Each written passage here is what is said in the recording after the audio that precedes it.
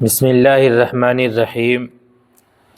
آئیں قرآن سیکھیں پروگرام کا آج 10واں ہفتہ ہے۔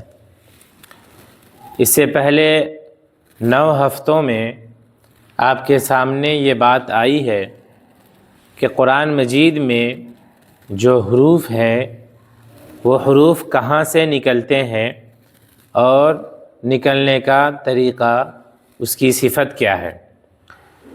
میں چاہتا ہوں کہ اب تک جو باتیں آئی ہے آج میں اختصار کے ساتھ اس کو ایک مرتبہ دہرا دوں، کیونکہ تجوید کی یہ آخری کلاس ہے، تجوید کی۔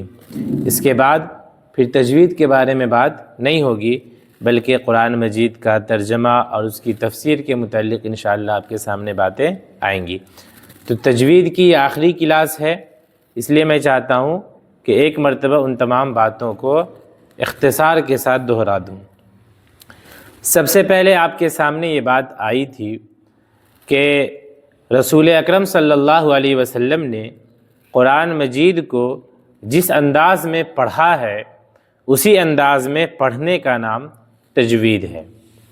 رسول اکرم صلی اللہ علیہ وسلم نے قرآن مجید کو جس انداز میں پڑھا ہے اسی انداز میں پڑھنے کا نام تجوید ہے۔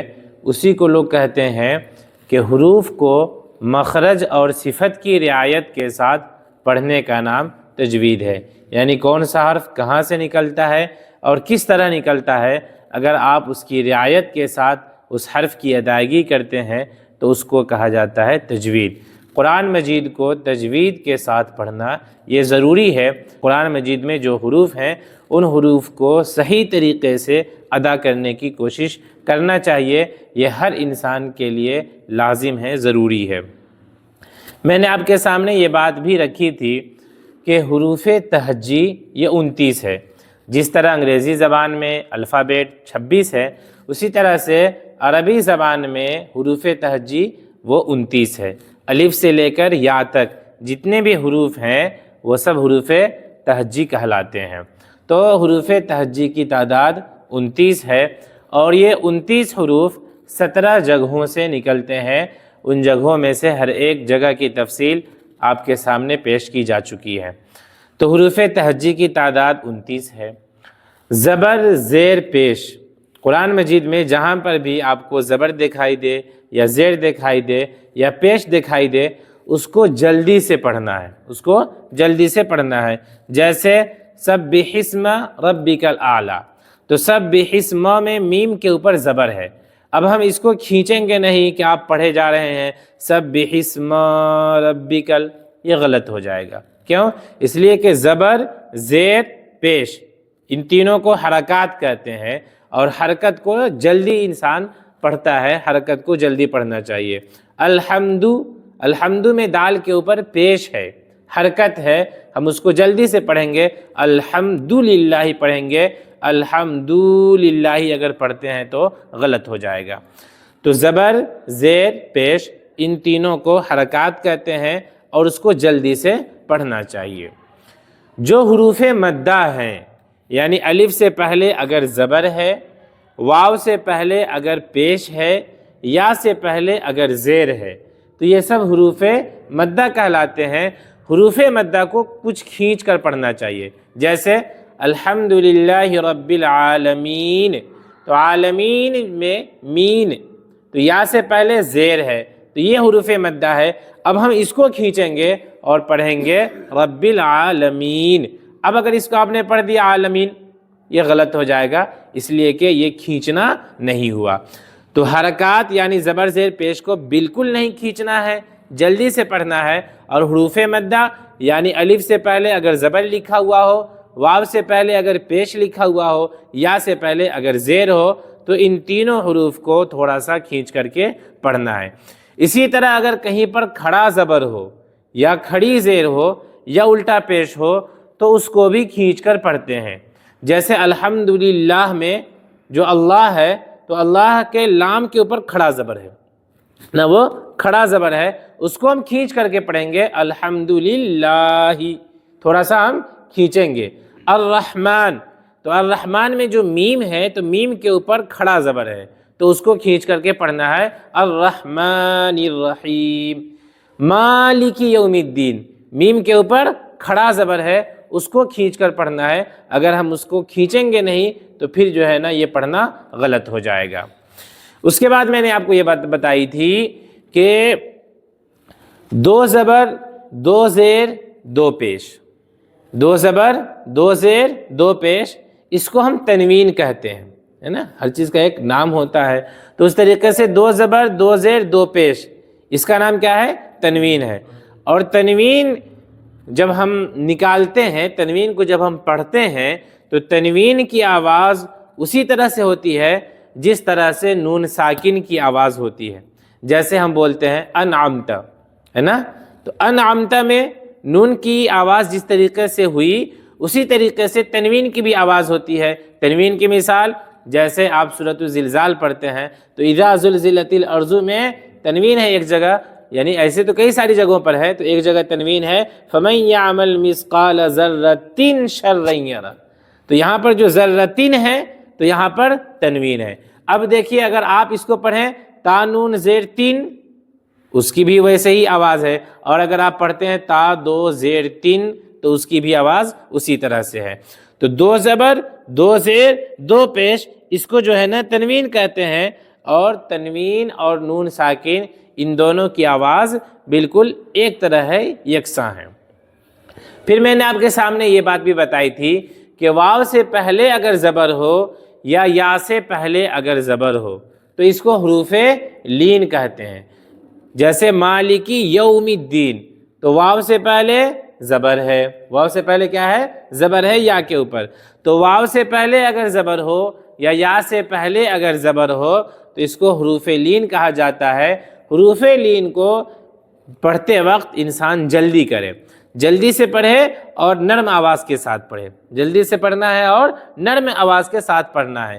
تو یا سے پہلے اگر زیر ہے تو وہ حروف مدہ ہے، اس کو کھینچ کر پڑھنا ہے، جیسے یوم الدین، اس کو کھینچ کر کے پڑھا۔ لیکن واو سے پہلے اگر زبر ہے یا سے پہلے اگر زبر ہے تو اس کو بالکل نہیں کھینچنا ہے، جیسے مالکی یوم الدین، تو یوم کو ہم نے کھینچا نہیں، تو یہ حروف لین کہلاتے ہیں۔ پھر میں نے آپ کے سامنے یہ بات بھی رکھی تھی کہ تنوین کے بعد، تنوین ابھی بتایا 2 زبر 2 زیر 2 پیش، تو تنوین کے بعد یا نون ساکن کے بعد اگر 6 حروف آتے ہیں تو حروف کو پڑھتے وقت اظہار کہتے ہیں، یعنی نون ساکن کو بالکل ظاہر کر کے پڑھتے ہیں۔ جیسے انعمت، تو انعمت میں کیا ہے؟ نون کے بعد عین ہے، یعنی حروف حلقی حمزہ ہا، عین ہا، غین خا، تو ان میں سے عین آ رہا ہے تو ہم نے نون کو بالکل ظاہر کر کے پڑھا ہے، انعمت، بالکل نون کو ظاہر کر دیا ہے۔ لیکن اگر تنوین کے بعد یا نون ساکن کے بعد یہ 6 حروف نہ آئیں بلکہ کوئی اور حروف آئیں، میں نے بتایا تھا حروف اخفا وہ 15 ہیں، تا، سا، جیم، دال، زال، زا، سین، شین، صاد، ضاد، طا، ظا، فا، قاف، کاف، یہ 15 حروف ہیں۔ تو اگر نون کے بعد یہ 15 حروف آتے ہیں تو نون کو ظاہر کر کے نہیں پڑھتے ہیں بلکہ ہم نون کی آواز کو ناک میں چھپا لیتے ہیں، اسی طرح سے پڑھنے کو اخفا کہا جاتا ہے۔ جیسے اسی کے بعد سورہ فاتحہ کے بعد جو سورہ بقرہ شروع ہوتا ہے تو اسی میں ہے بما رزقناہم ينفقون، بما رزقناہم ينفقون۔ اب آپ غور کیجئے، یہاں پر بھی نون ہے اور میں نے ابھی بتایا انعمت، وہاں پر بھی نون ہے، لیکن ہم نے وہاں بالکل ظاہر کر کے پڑھا ہے انعمت، اور یہاں پر جو نون ہے تو ہم اس کی آواز کو ناک میں چھپا لیے ہیں اور ہم پڑھ رہے ہیں ينفقون۔ تو اخفا اور اظہار میں فرق یہ ہے کہ اخفا میں آواز کو ہم ناک میں چھپا لیتے ہیں اور اظہار میں ہم آواز کو بالکل ظاہر کر کے پڑھتے ہیں۔ میں نے آپ کے سامنے یہ بات بھی رکھی تھی کہ اللہ کے لام سے پہلے اگر زبر لکھا ہوا ہو تو ہم اس کو پر پڑھتے ہیں، یا اللہ کے نام سے پہلے اگر پیش لکھا ہوا ہو تو ہم اس کو پر کر کے پڑھتے ہیں، موٹا کر کے پڑھتے ہیں، جیسے اللہ، تو ہم نے اس کو موٹا کر کے پڑھا ہے۔ لا الہ الا اللہ، وہاں پر بھی ہم موٹا کر کے پڑھتے ہیں۔ محمد الرسول اللہ، وہاں پر بھی ہم موٹا کر کے پڑھتے ہیں۔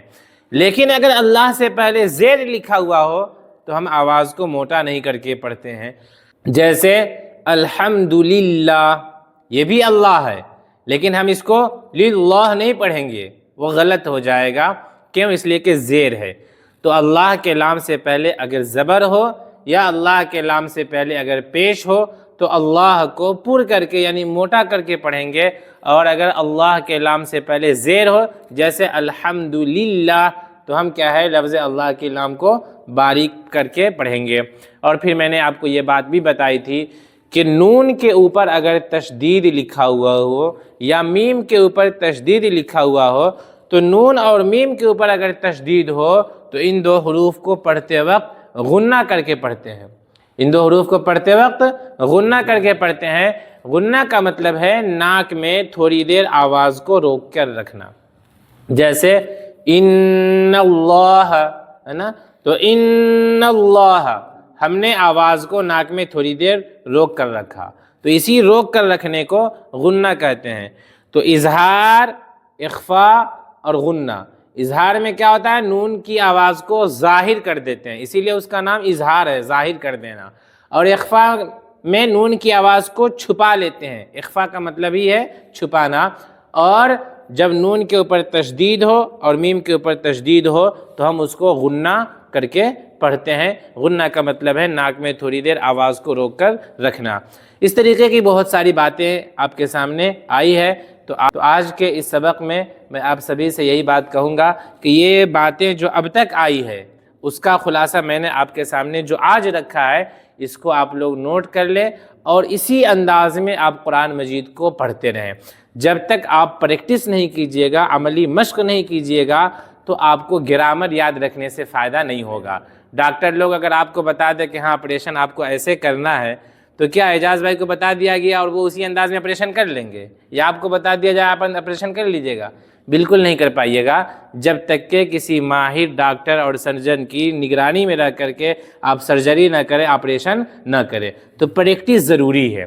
اگر آپ اس انداز میں قرآن مجید کو پڑھتے ہیں اور ہر دن پڑھتے وقت جیسے ہی آپ پڑھیں تو آپ کے ذہن میں آنا چاہیے اچھا والسماء، الف سے پہلے زبر ہے تو یہ حروف مدہ ہوا. کچھ دنوں تک آپ اس طریقے سے پریکٹس کریں گے تو انشاءاللہ باتیں آپ کے ذہن میں رہیں گی. پروگرام کا یہی مقصد ہے کہ آپ کو قرآن مجید پڑھنا آئے. یہ مقصد نہیں ہے کہ آپ وقت گزاریں یا کہ میں آؤں اور وقت گزاروں اور چلا جاؤں. تو یہ آپ ان قواعد کو آپ یاد رکھیں اور پریکٹس کریں. انشاءاللہ اللہ رب العزت کی ذات سے امید ہے کہ بہت جلد ہمیں قرآن مجید صحیح طریقے سے پڑھنا آ جائے گا. ٹھیک ہے؟ اب آپ کو کیسے یاد رہے گا؟ جیسے قل اعوذ ہے نا. اب آپ دیکھیے گا اچھا واو سے پہلے عین کے اوپر پیش ہے تو یہ واو مدہ ہوا، مطلب اس کو کھینچنا ہے. قل اعوذ زال، زال کے اوپر پیش ہے، یہ تو حرکت ہے، اس کو جلدی سے پڑھنا ہے. برب الناس، اچھا نون کے اوپر تشدید آ گیا، غنہ ہوگا. ناس، الف سے پہلے زبر آ گیا، الف مدہ ہوگا، اس کو کھینچ کر کے پڑھنا ہے نا. الہ الناس، لام کے اوپر کھڑا زبر ہے، کھڑا زبر کو کھینچ کر پڑھنا ہے. نون کے بعد شین ہے یعنی وہ 15 حرفوں میں سے ہے تو نون کی آواز کو ہم ناک میں چھپا کر کے پڑھیں گے ہے نا. الذی، یا سے پہلے کیا ہے؟ زیر ہے تو یہ یا مدہ ہوا، اس کو کھینچ کر کے پڑھنا ہے.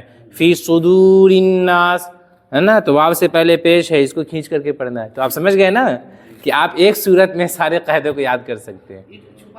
اب انشاءاللہ عید کے بعد سے آپ کے سامنے قرآن مجید کا ترجمہ اور اس کی تفسیر، جو اس کی صحیح تفسیر ہے، جو اس کا صحیح مطلب ہے، قرآن مجید کی کس آیت سے کون سا مسئلہ نکلتا ہے، ہمارے لیے اس میں کیا سبق ہیں، تو انشاءاللہ یہ سب باتیں بھی آپ کے سامنے آئیں گی اور ساتھ میں 5-5 منٹ آپ کو مشق بھی کرایا جائے گا.